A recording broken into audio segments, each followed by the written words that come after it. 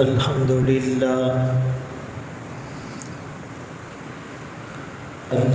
لله وكفى والصلاة والسلام على من لا نبي بعده. أما بعد فأعوذ بالله من الشيطان الرجيم. بسم الله الرحمن الرحيم. يا أيها الذين آمنوا كتب عليكم الصيام كما كتب على الذين من قبلكم لعلكم تتقون.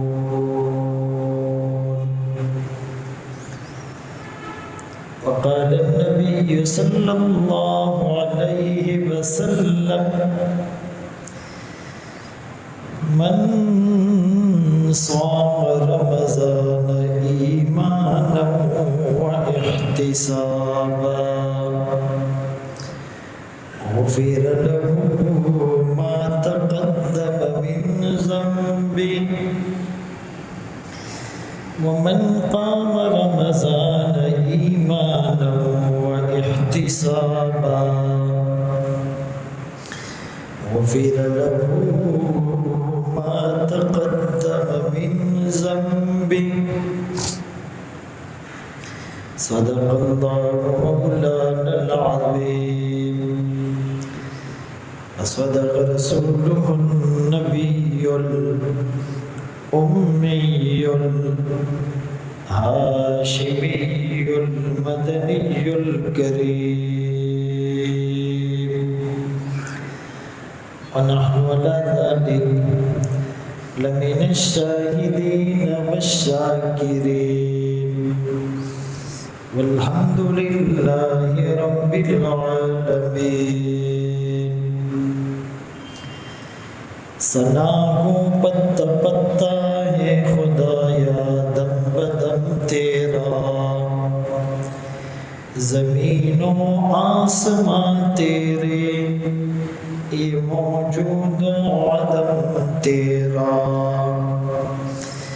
جو دنیا میں تیرا کھا کر شکوے کرے یا رب، تعجب ہے کہ اس پر بھی ہو لطف و کرم تیرا.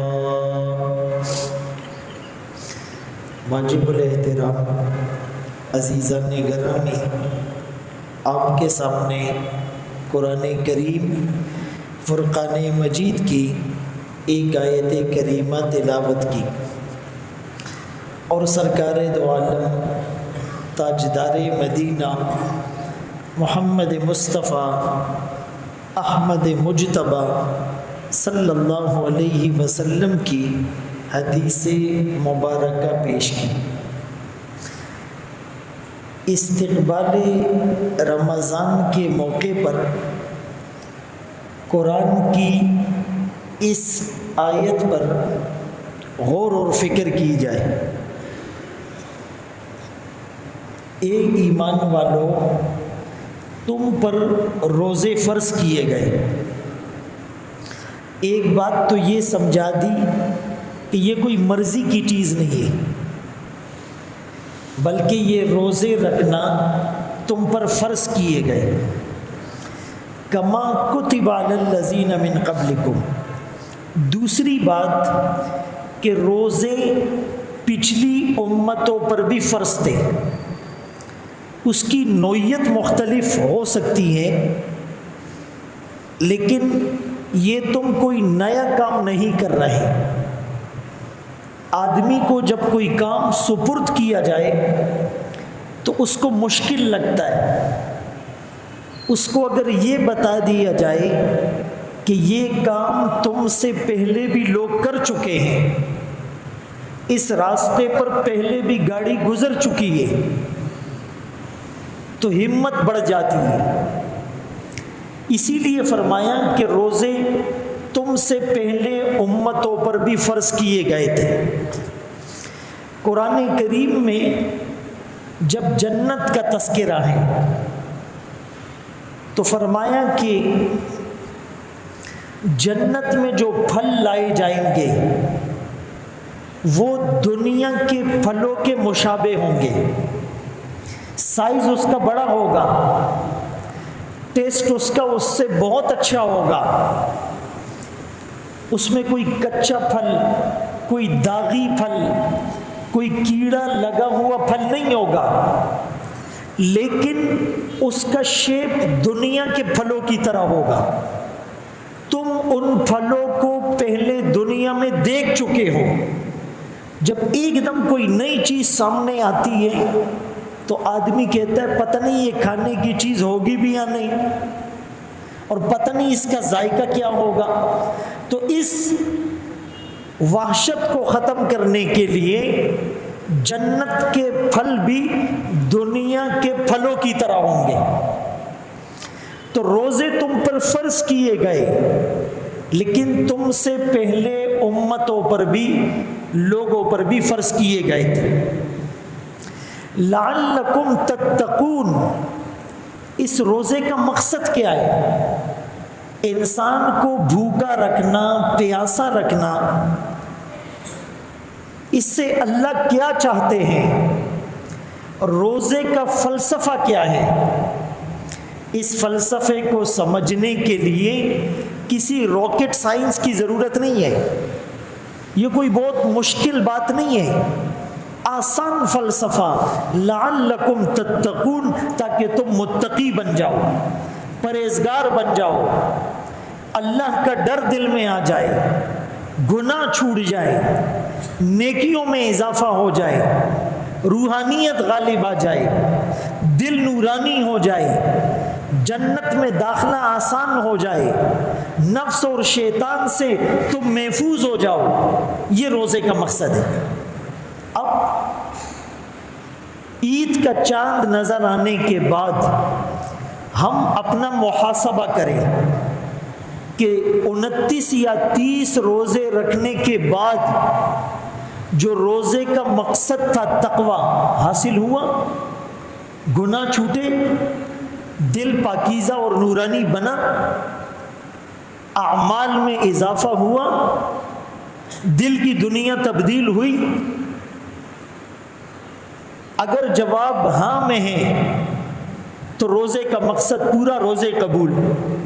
خدا نخواستہ اگر کیفیت جوں کی تو ہے، جیسے رمضان کا چاند نظر آنے پر مسجدیں بھر گئی تھی، عید کا چاند نظر آنے پر پھر سے خالی ہو گئی،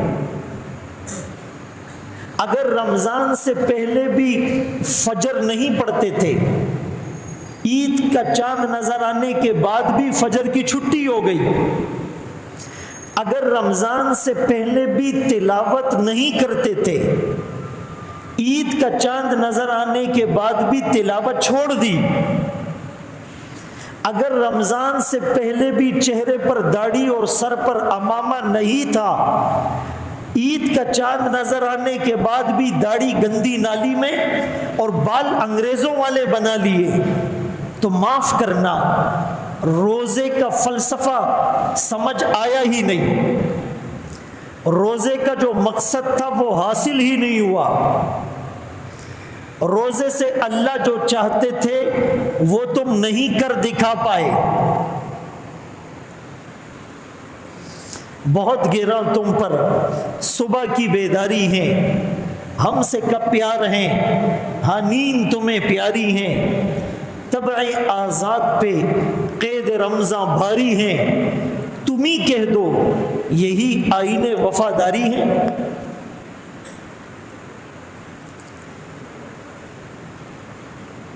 تو بھائی روزوں سے تو تقویٰ آئے گا، لیکن اس کی پریکٹس پہلے سے شروع کر دے۔ بھائی آپریشن ہوتا ہے صبح 8 بجے، کھانا پینا اسی وقت بند ہوتا ہے آپریشن کے وقت، اس سے 12 گھنٹے پہلے، کہ یہ آپریشن کے قابل تو ہو جائیں، آپریشن کے لیے تیار تو ہو جائیں۔ اس کا جسم یوز ٹو تو ہو جائے. تو ہم بھی یہ جو 8-10 دن باقی ہیں اس میں ابھی سے حرام کھانا بند کر دے، حرام پینا بند کر دے، حرام پہننا بند کر دے، حرام دیکھنا بند کر دے، حرام سننا بند کر دے، حرام بولنا بند کر دے، حرام سونگنا بند کر دے، حرام پکڑنا بند کر دے، حرام کی طرف چلنا بند کر دے، حرام کو جیب اور پیٹ میں نہ آنے دے. ابھی سے قرآن اٹھا کر پریکٹس شروع کر دیں. مسجد میں زیادہ وقت نفلی اعتکاف کی نیت سے بیٹھ کر 10 دن کے اعتکاف کے لیے اپنے نفس کو آمادہ کر لے. لمبے لمبے نوافل شروع کر کے تراویح کے لیے اپنے آپ کو تیار کر دے. کھانا پینا کم کر کے روزے کی عادت بنا لے. پان، گٹکا، سگریٹ، نسوار ان چیزوں کو آہستہ آہستہ کم کر کے چھوڑ دے. یہ ہے استقبال رمضان. استقبال رمضان یہ نہیں ہے کہ مال بہت زیادہ خرید لیا، سیزن ہے، بلکہ اس کو دم کر کے رکھ دیا، 15 روزوں کے بعد نکالیں گے کہ مارکیٹ میں چیز شارٹ ہوگی، خوب مہنگا کر کے بیچیں گے. یہ حاجی صاحب بھی پھر عید کے دن جو ہے نا سفید کاٹن پہن کر اور جو ہے نا وہ مسواک اور خوشبو لگا کر مسجد کی طرف آ رہا ہوتا ہے. 1 مہینہ اس نے مسلمانوں کو ایسے ذبح کیا، 10 والی چیز 100 میں دی ہے. تو بھئی روزے کا مقصد ہمیں پتہ ہی نہیں چلا ہے، بس ایک روبوٹک سسٹم ہے. رمضان آ گیا بھائی، افطاری ہوگی اور تراویح ہوگی اور جو ہے نا وہ راتوں کو گپ شپ لگائیں گے، دن بھر سوئیں گے اور عید کی شاپنگ ہوگی اور عید کے لیے بھی سے پلان کریں گے. پھر رمضان گزر جائے گا، پھر اگلا رمضان آئے گا، پھر وہی کہانی شروع ہو جائے گی. ایک رمضان تو ایسا گزرے کہ ہمیں تسلی ہو، یار تھوڑا سا حق ادا ہو گیا، تھوڑا سا روزے کا مقصد حاصل ہو گیا، کچھ اندر تبدیلی آ گئی، کچھ میری روٹین چینج ہو گئی. تو آج کے بیان میں ہم صرف یہ عزم کریں کہ ہم نے رمضان سے پہلے کیا کرنا ہے. رمضان میں جو کرنا ہے وہ بھی بتائیں گے، لیکن آج رمضان سے پہلے کیا کرنا ہے. اللہ والوں نے کیا خوب لکھا کہ اگر ہمیں رمضان کی اہمیت پتہ چل جائے تو سارے کام رک جائے، بریک لگ جائے. امام مالک رحمۃ اللہ علیہ کے بارے میں آتا ہے کہ وہ علمی مجالس بھی رمضان میں چھوڑ دیتے تھے، صرف قرآن کی تلاوت. ان لوگوں کو رمضان کی قدر تھی، ویلیو کا پتہ تھا، اہمیت ان کے سامنے تھی، غنیمت سمجھتے تھے اس کو. تو ایک کام ہم نے رمضان سے پہلے یہ کرنا ہے، جیسے میں نے کہا کہ ابھی سے حرام کھانا، حرام پینا، حرام پہننا، حرام بولنا، حرام سننا، حرام دیکھنا، حرام پکڑنا، حرام چلنا، حرام کمانا، یہ چھوڑ دے. ایک کام. دوسرا کام، اپنے دل سے حسد، کینہ، بغض کو نکال دے. جس دل میں کینہ ہوتا ہے وہ شب برات میں بھی بخشش سے محروم ہوتا ہے، وہ شب قدر میں بھی بخشش سے محروم ہوتا ہے، اس کی دعائیں بھی قبول نہیں ہوتی، اس کے اعمال میں حلاوت بھی نہیں ہوتی، اس کی دعاؤں میں تاثیر بھی نہیں ہوتی. تو ابھی سے اگر کسی سے ناراضگی ہے معافی تلافی کر لے، کسی کے لیے دل میں حسد ہے نکال دو. اور اس کا طریقہ علماء نے یہ بتایا کہ اس کی ترقی کے لیے دعائیں مانگنا شروع کر دو. جس سے حسد ہے اس کا نام لے کر دعا شروع کر دو، اللہ اس کی دنیا بھی اچھی کر، آخرت بھی اچھی کر. اور اگر کوئی ہم سے معافی مانگ رہا تھا، ہم نے اب تک معاف نہیں کیا، ابھی معاف کر دو۔ شیطان دل میں بولے گا ابھی اگر اس نے معافی مانگی معاف کر دوں گا، بولو نہیں، وہ مانگ چکا ہے، ابھی میں پہل کروں گا۔ وہ سلام کرے گا تو میں جواب دے دوں گا، نہیں، البادی بالسلام بری من الکبر، سلام میں پہل کرنے والا تکبر سے بری ہوتا ہے، میں پہل کروں گا۔ اسی طرح توبہ اور استغفار کریں۔ ایک توبہ یہ ہے کہ جس کے ذمے قضا نمازیں تھی وہ روزے سے پہلے ہی لوٹا دے۔ قضا روزے تھے، کسی وجہ سے رہ گئے تھے، یا کوئی نظر کے روزے اس کے ذمے تھے، یا ویسے ہی نفلی روزے، یہ 8-10 دنوں میں 2-3-4 روزے رکھ لے۔ اور سب سے بڑی بات، اس رمضان میں سب سے زیادہ دشمنی جس چیز سے کرنی ہے وہ موبائل ہے۔ سب سے زیادہ جو ہمارا وقت ضائع کرتا ہے وہ موبائل کرتا ہے۔ ایک سروے ہوا کہ ایک عام آدمی دن میں 7.5 گھنٹے موبائل یوز کرتا ہے، میجورٹی۔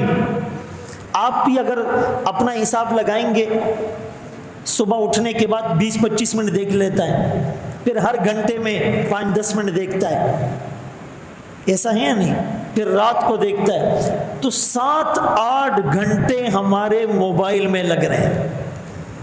اس میں تلاوت سن رہے، بیچ میں گانا آ گیا، بیان سن رہے ہیں، بیچ میں فلم آ گئی، کوئی صحیح پوسٹ پڑھ رہے ہیں، غلط تصویر آ گئی، تو 8 گھنٹے نیند میں گئے، 7-8 گھنٹے دنیا کمانے میں اور دنیا داری میں گئے، 8 گھنٹے موبائل کی نظر ہو گئے۔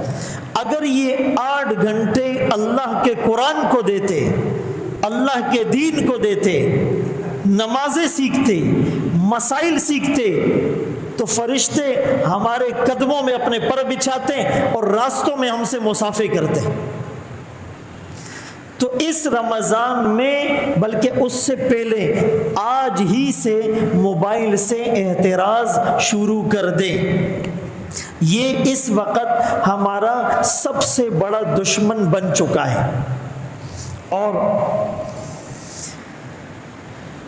دعائیں مانگے، لیکن دعائیں وہ مانگے جو آقا نے مانگی، ان الفاظ سے مانگے جو الفاظ آقا کی زبان مبارک سے نکلے، اس میں تاثیر بھی زیادہ ہے، قبولیت کے چانسز بھی زیادہ ہے۔ 60 سال ہو گئے ہمیں عربی میں دعا نہیں آتی، پھر مسئلہ پوچھتے، مولانا صاحب ہم پشتو میں، پنجابی میں، بلوچی میں، سندھی میں، اردو میں، فارسی میں، انگلش میں، گجراتی میں، میمنی میں، چترالی میں ہم دعا مانگ سکتے؟ بھائی مانگ سکتے ہو، لیکن بہتر یہ ہے آپ عربی میں مانگو، بہتر یہ ہے وہ الفاظ مانگو جو محمد الرسول اللہ صلی اللہ علیہ وسلم کی زبان مبارک سے نکلے، اس میں تاثیر بھی زیادہ ہے، اللہ کو محبوب بھی ہے، قبولیت کا امکان بھی اس میں زیادہ ہے۔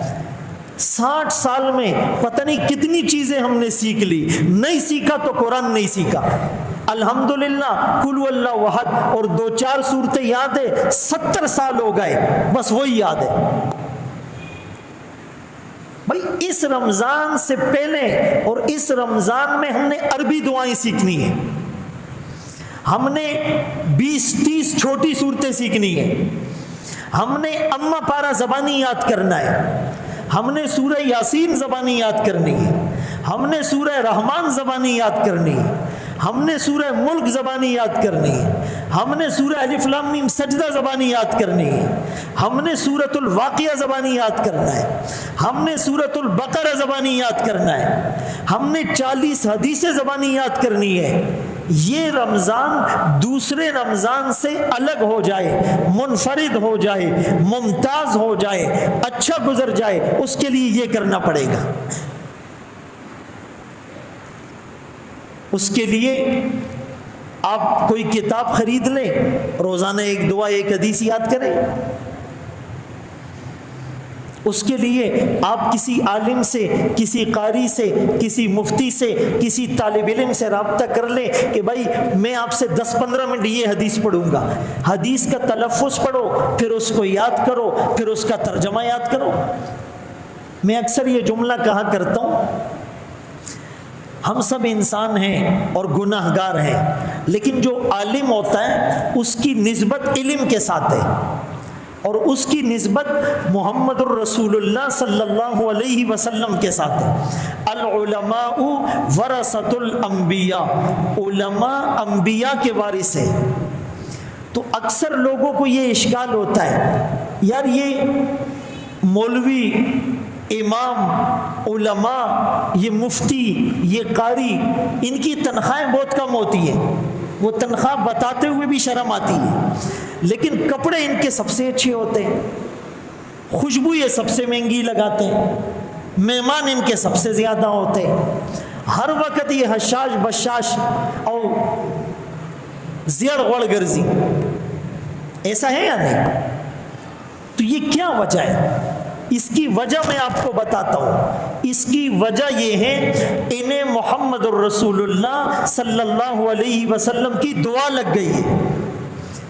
بھائی کسی کو ماں کی دعا لگ جائے وہ ہواؤں میں اڑتا ہے، ماں کی دعا جنت کی ہوا، دور بیٹھا کوئی تو دعا دیتا ہے، میں ڈوبتا ہوں سمندر اچھال دیتا ہے۔ ماں کے قدموں تلے اللہ نے جنت کو رکھا، ماں کی دعا لگ گئی، پیر صاحب کی دعا لگ گئی، باپ کی دعا لگ گئی، مظلوم کی دعا لگ گئی، ایسا ہے نہیں؟ علماء کی دعا لگ گئی۔ ارے بھائی میں آپ کو یہ کہہ رہا ہوں، ان علماء کو محمد الرسول اللہ صلی اللہ علیہ وسلم کی دعا لگ گئی۔ کون سی دعا؟ نظر اللہ امرأ، اے اللہ سرسبز اور شاداب رکھ، تر و تازہ رکھ، چمکتا دمکتا رکھ، ہنستا مسکراتا رکھ۔ کس کو؟ اس کو جو میری بات سنے، یعنی حدیث، اس کو یاد کرے، اس پر عمل کرے اور دوسروں تک پہنچائے۔ تو الحمدللہ علماء کا کام ہی یہ ہے، قرآن پڑھتے ہیں، سیکھتے ہیں اور پھر لوگوں کو سناتے ہیں، حدیث پڑھتے ہیں، سیکھتے ہیں، پھر لوگوں کو سناتے ہیں، دعائیں پڑھتے ہیں، سیکھتے ہیں، یاد کرتے ہیں، پھر لوگوں کو بتاتے ہیں، مسائل پڑھتے ہیں، سیکھتے ہیں، سمجھتے ہیں، پھر لوگوں کو بتاتے ہیں۔ آپ نے بھی اگر اس دعا کو لینا ہے، آج سے عزم کر لو، ہم بھی قرآن پڑھیں گے، یاد کریں گے، حدیثیں پڑھیں گے، یاد کریں گے، آقا کی عربی میں دعائیں پڑھیں گے، یاد کریں گے اور دوسروں کو سنائیں گے۔ کون کون نیت کرتا ہے؟ اس رمضان میں ہم نے کچھ منفرد کام کرنے ہیں۔ فضائل تو سنتے سنتے آپ بوڑھے ہو گئے، ایسا ہے یا نہیں؟ اور جو جوان ہیں ان کی جوانی بھی قابل رحم ہے۔ بھائی آج کل کا جوان نہ اس کے پاس جسم ہے، نہ اس کے پاس طاقت ہے، نہ اس کے پاس تقوی ہے، کچھ بھی تو نہیں ہے بیچاروں کے پاس، اکثریت کی بات کر رہے ہیں۔ اسی لیے ہم اس رمضان کو اس طور پر قیمتی بنا سکتے ہیں۔ ایک کام یہ کرنا ہے کہ ہم نے رمضان میں روزوں کے مسائل بھی سیکھنے ہیں۔ بھائی رمضان تو آ رہا ہے، روزے بھی رکھنے ہیں، لیکن روزے کے مسائل کیا ہے؟ سحری کا وقت کیا ہے؟ سحری میں مسنون عمل کیا ہے؟ سحری میں کون سی دعائیں مانگی جائے؟ سحری کب بند کی جائے؟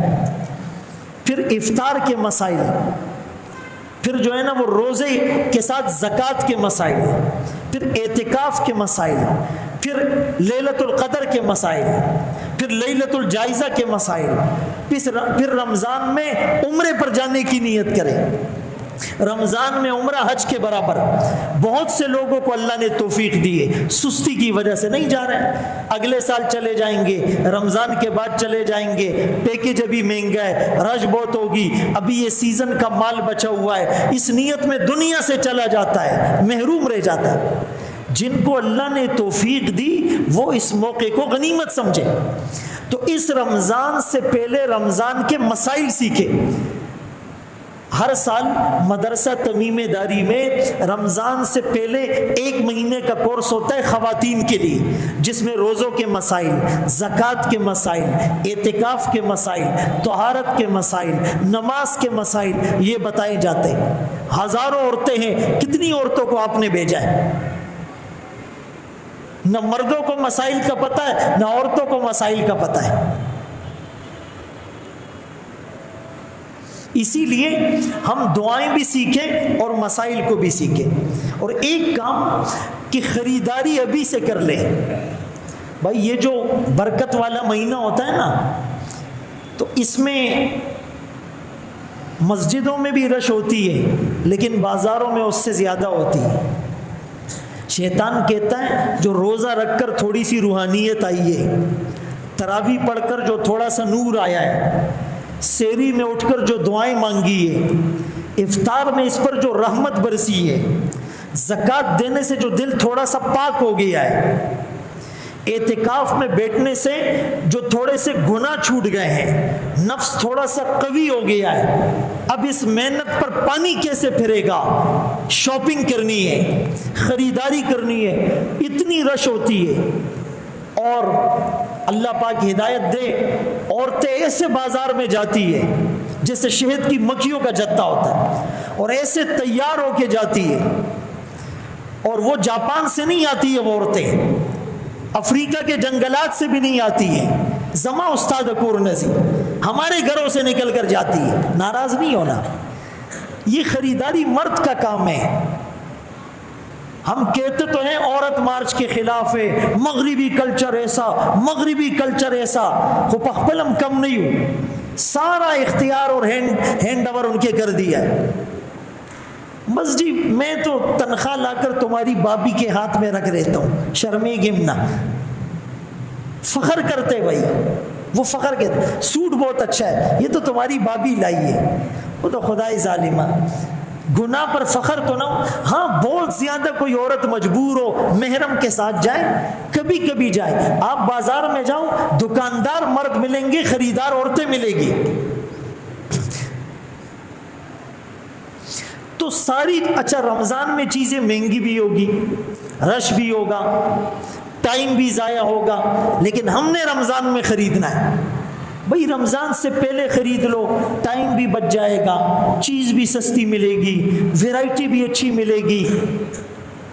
یہ بازاروں کا سیزن نہیں ہے، یہ کمائی کا سیزن نہیں ہے، یہ نیکیوں کا سیزن ہے، یہ مسجدوں کا سیزن ہے، یہ مدرسوں کا سیزن ہے، یہ تبلیغ کا سیزن ہے، یہ خانقاہوں کا سیزن ہے، یہ اعتکاف کا سیزن ہے، یہ عمرے کا سیزن ہے، یہ زکوٰۃ دینے کا سیزن ہے، یہ صدقہ اور خیرات دینے کا سیزن ہے، یہ راشن تقسیم کرنے کا سیزن ہے، یہ کنویں کھدوانے کا سیزن ہے، یہ لوگوں کے ساتھ ہمدردی کرنے کا سیزن ہے، یہ بیماروں کے علاج کا سیزن ہے، یہ یتیموں کی کفالت کا سیزن ہے۔ آپ پلان کریں کہ اس رمضان میں اتنی زکاتیں، اتنا ایکسٹرا دوں گا، اتنے گھروں کو میں راشن دوں گا، اتنے بیماروں کا میں علاج کروں گا، اتنے قیدی جیل میں ہیں، بے گناہ ہیں، کیس لڑنے کے لیے پیسے نہیں، عید آ رہی ہے، رمضان کی افطاری کا دسترخوان لگے گا، ان کے بچے اپنے باپ کو ترسیں گے، ان کے دسترخوان پر فروٹ نہیں ہوگا۔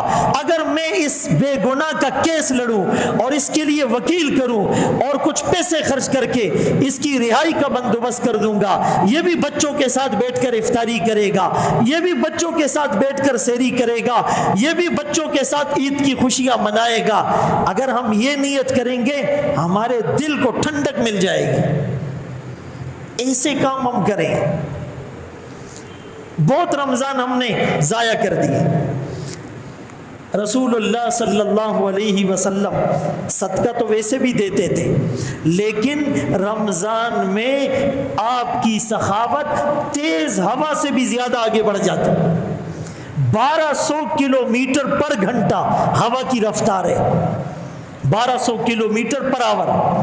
رسول اللہ صلی اللہ علیہ وسلم کی سخاوت اس سے بھی آگے بڑھ جائے، اس کو دیا، اس کو دیا، ادھر دیا، ادھر دیا، کھانا کھلایا، لباس دے دیا، راشن دے دیا، علاج کروا دیا، شادی کرا دی، کفالت کروا دی، کنواں کھدوا دیا، کیس لڑنے میں پیسے دے دیے، گردن آزاد کر دی، مسجد میں دیا، مدرسے میں دیا، عمرے پہ چلے گئے، لوگوں کو لے کے چلے گئے۔ میرے محترم دوستو، ہم بھی کر لیں، ہو سکتا ہے یہ ہمارا آخری رمضان ہو۔ شیطان ہمیں کہتا ہے نہیں بھائی، تیرے بیٹے بڑے ہوں گے، پھر ان کی شادیاں ہوگی، پھر کہیں جا کر تجھے موت آئے گی۔ اس بات کو دل سے نکال دو۔ پچھلے رمضان میں کتنے لوگ آس پاس بیٹھے ہوئے تھے، تھوڑا سا سوچو، تصویر سامنے آ جائے گی۔ گھر میں دیکھو، پھر گلی میں دیکھو، پھر خاندان میں دیکھو، پھر مسجد میں دیکھو، پھر اپنی شاپ پر دیکھو، پھر مارکیٹ میں دیکھو، آپ کو بہت سے لوگ نظر آئیں گے، تھے آج نہیں ہیں، ہمارا کیا پتہ ہے۔ تو صدقہ اور خیرات بھی زیادہ ہو اور مسجد میں زیادہ وقت گزارے۔ 1 گھنٹے کے لیے آؤ، نفلی اعتکاف کی نیت کر لو تاکہ 10 دن کا اعتکاف بھاری نہ لگے۔ اور تکبیر اولیٰ کی نیت، بھائی جو 40 دن تکبیر اولیٰ سے نماز پڑھے گا، جہنم سے پروانہ مل جائے گا رہائی کا، نفاق سے بری ہو جائے گا۔ تو یہ 9-10 دن رمضان سے پہلے، رمضان میں تو ویسے ہی روٹین بن جاتی ہے، لیکن کتنے بدقسمت ہیں ہم لوگ کہ رمضان میں بھی نمازیں چھوٹ جاتی۔ ظہر کی نماز بہت سے لوگوں کی نہیں ہوتی، سوئے ہوتے۔ فجر بھی بہت سے لوگ نہیں پڑھتے، ساری رات جاگے ہیں، کرکٹ کھیلی ہے، تاش کے پتے کھیلے ہیں، ہوٹل میں بیٹھے ہیں، بازار میں دکانداری کی ہے، جیسے ہی سحری کی شیطان نے نیند غالب کر دی، اللہ اکبر، رمضان میں فجر سے محروم ہو گئے۔ اور جو پڑھتے ہیں وہ بھی نیم ادھئی یا نیم ویخی، بوجھ سمجھ کر آتے ہیں۔ بھائی رات کو تراویح پڑھو، 2-4 نفل پڑھو، سو جاؤ۔ راتوں کو ایسا جاگنا فائدہ نہیں ہے، نقصان ہے۔ سحری میں بشاشت سے اٹھو، مزے سے نفل پڑھو، تہجد پڑھو، لمبی دعاؤں کی عادت ڈالو، اور عربی میں دعائیں ابھی سے یاد کرو گے، پڑھو گے، مزہ آ جائے گا، دل باغ باغ ہو جائے گا، طبیعت میں نشاط، چستی آ جائے گی، آنکھوں میں تاثیر آئے گی، چہرے پر نور آئے گا، ہاتھ اٹھیں گے، عرش کے ستون ہلیں گے، مزہ آ جائے گا۔ تو یہ 10 دن تکبیر اولیٰ کی پریکٹس کرو، 30 دن رمضان کے، 40 دن پورے ہو جائیں گے۔ عید کا جو مزہ اس کو آئے گا وہ دوسرے کسی کو نہیں آ سکتی۔ اور ایک کام، اپنے ماتحتوں پر بوجھ کم کرو۔ جو ہمارے نوکر ہیں، جو اپنے غلام کا بوجھ رمضان میں ہلکا کرے گا، اللہ اس کی بخشش کرے گا۔ یا تو رات میں ان سے کام کرواؤ، یا ابھی سے زیادہ کرواؤ، رمضان میں کام کم کرواؤ۔ بات سمجھ میں آ رہی ہے؟ اچھا، یہ بات تو سب کہتے ہیں ماتحت اور غلام کا بوجھ کم کرو، اپنے گھر والوں کو سب بھول جاتے ہیں۔ بڑی فیملی ہے اور عورت کو جو ہے وہ سب کے لیے افطار میں انتظام کرنا ہے، دوپہر 2 بجے سے وہ کچن میں گھستی ہے، آگ اور چولہے پر کھڑی ہوتی ہے، اس کے لیے بریانی بنانی ہے، اس کو قورمہ پسند ہے، اس کے لیے پکوڑے ہیں، اس کے لیے سموسے ہیں، اس کے لیے رول ہے، اس کے لیے ہرا شربت، اس کے لیے لال شربت۔ سمجھ میں آ رہا ہے؟ افطاری کی اذان ہو جاتی ہے، ہم لوگ لگے رہتے، وہ بیچاری کچن میں ہوتی، اس کا بوجھ بھی ہلکا کرو۔ بھائی ایک ڈش بناؤ، ہم 2 چیزیں بازار سے لے آئیں گے، آپ بھی عبادت کرو۔ اور اتنی محنت کے بعد تھوڑا سا اگر نمک کم ہوا، بیا ہو پختنوں تخزان خ معلوم دے خپکی کو بنا، ہاں ایسے آنکھیں نکالتے اور بس وہ پلیٹ کو بھی جو ہے نا وہ مار دیتے، یہ نمک کم ہے، مسالہ کم ہے، زمنگ روزہ دا اللہ کا آگا کم چڑھتا دا عیسائی خاندان نہ راغلے دا، وہ بھی مسلمان ہے، اس کا بھی روزہ ہے، وہ بھی انسان ہے، وہ روزے میں تو چک بھی نہیں سکتی ہے۔ بات سمجھ میں آ رہی ہے؟ تو روزے میں گھر والی کا بوجھ بھی کم کرو۔ اچھا پھر کیا ہوگا؟ ہم تو بھائی ڈکارے لے کر مسجد آ جائیں گے، افطاری کے بعد پھر کھانا ہوگا، بیا باغا غریبت۔ سمجھ میں آ رہی ہے بات؟ پھر وہ رات کو 12 بجے فارغ ہوگی، ہم سو جائیں گے، موبائل دیکھیں گے، وہ پھر 1-2 بجے رات کو کچن میں چلی جائے گی۔ سحری میں بھی تو ہماری لسٹ بڑی لمبی ہوتی ہے، اللہ اکبر کبیرہ، واہ جناب واہ۔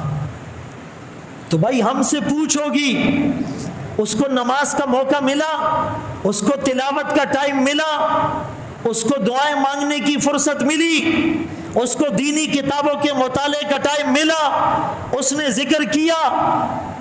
یہ رمضان صرف کھانے پینے کا نہیں ہے کہ 20 چیزیں دسترخوان پہ لگا دو۔ تو اس رمضان میں ہم نے گھر والوں کی بھی رعایت، بولنا نہیں، رعایت رکھنی ہے۔ اور ایک چیز آخری جو میں بتانے لگا ہوں کہ کم بولنا، کیا بولو؟ کم بولنا، خبری بڈیری نہ کہو۔ رمضان میں یا نیند ہوتی ہے، یا موبائل ہوتا ہے، یا غیبت ہوتی ہے۔ مولانا الیاس رحمۃ اللہ علیہ تبلیغی جماعت کے بانی تھے، اللہ ان کی قبر پر کروڑوں اربوں رحمتیں نازل کرے۔ پوری دنیا میں انقلاب آ گیا، کیا محنت، کیا اخلاص، کیا درد دل ہوگا۔ فرماتے تھے کہ اللہ نے اتنے بڑے جسم میں 5-6 فٹ کے بدن میں زبان کا سائز اتنا رکھا ہے، زبان کا سائز اتنا رکھا، جتنا زبان کا جسم میں سائز ہے اس کا استعمال بھی اتنا کم کرو۔ سب سے زیادہ جو ہم استعمال کرتے ہیں زبان کا کرتے ہیں۔ بھائی میاں بیوی میں جھگڑا اس لیے ہوتا ہے زبان قابو میں نہیں ہے، استاد شاگرد سے ناراض اس لیے زبان قابو میں نہیں ہے، امام اور مقتدی کی بنتی نہیں ہے زبان قابو میں نہیں ہے، پڑوسی سے ہر وقت جھگڑا ہے زبان قابو میں نہیں ہے، آقا اور باس اور مال نوکر کے اندر ہر وقت انبن رہتی ہے زبان قابو میں نہیں ہے، رشتہ داروں سے ہمارا جھگڑا رہتا ہے زبان قابو میں نہیں ہے، زبان قابو میں ہے۔ فرمایا قیامت کے دن سب سے زیادہ لوگوں کو جو جہنم میں ڈالا جائے گا، حصائد السنتہم، زبان کی وجہ سے 22 ویلر ٹرالر کو بریک لگانا آسان ہے، زبان کو قابو کرنا مشکل ہے۔ تو اس رمضان میں ہم زبان کو قابو کرے۔ حدیث میں آتا ہے اذا صابک احد، کوئی تم سے لڑائی کرے فلیقل انی صائم، بھائی میرا روزہ ہے چلے جاؤ۔ بھائی رمضان شروع ہوتا ہے جھگڑے بڑھ جاتے ہیں، تمہیں پتہ نہیں ہے میرا روزہ ہے، بچوں نے ذرا سا اوہا کیا دھرس غرب، ایسا نہیں۔ اس زبان کو قابو میں رکھے، انشاءاللہ ان باتوں پر اللہ مجھے بھی آپ کو بھی عمل کی توفیق نصیب کرے، اور اللہ اس رمضان کو ہماری نجات کا ذریعہ بنائے۔ وآخر دعوانا الحمدللہ رب العالمین۔